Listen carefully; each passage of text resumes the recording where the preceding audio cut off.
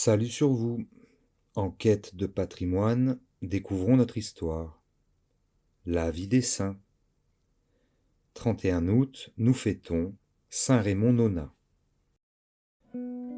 Raymond vint au monde en 1204 à Portel, diocèse d'Urgell. À peine eut-il l'âge de raison que, se voyant privé de sa mère morte au moment de sa naissance, il pria la Sainte Vierge de lui en tenir lieu. Son père, craignant qu'il n'embrassât la vie monastique, essaya de le détourner de cette vocation en le mettant à la campagne pour y diriger une ferme.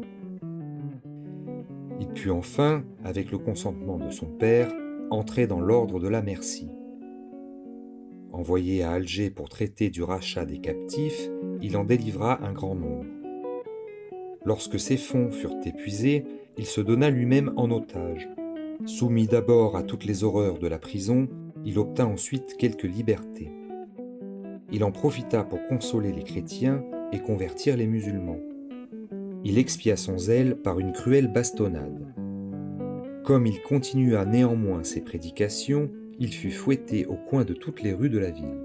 Ensuite, les bourreaux lui percèrent les lèvres avec un fer rouge sur la place publique et lui fermèrent la bouche avec un cadenas que l'on n'ouvrait que pour lui donner à manger. On le chargea de chaînes et on le renferma dans un cachot.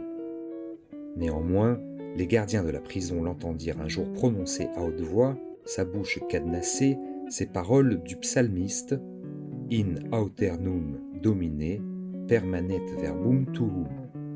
Votre parole, Seigneur, subsiste éternellement. Le martyr de Jésus-Christ demeura 8 mois dans ses tourments.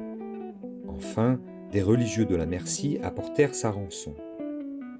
À son retour, nommé cardinal par Grégoire IX, il ne changea ni l'habit ni la vie de religieux. Le pape le manda à Rome. Le saint se mit en route. Mais à peine eut-il fait quelques lieues qu'il fut attaqué d'une fièvre violente chez le comte de Cordoue, allié de sa famille et son parrain. Il demanda aussitôt à recevoir les sacrements. Le curé du lieu était absent.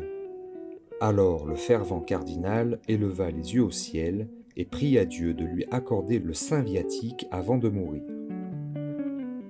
On dit que notre Seigneur vint lui-même administrer le mourant.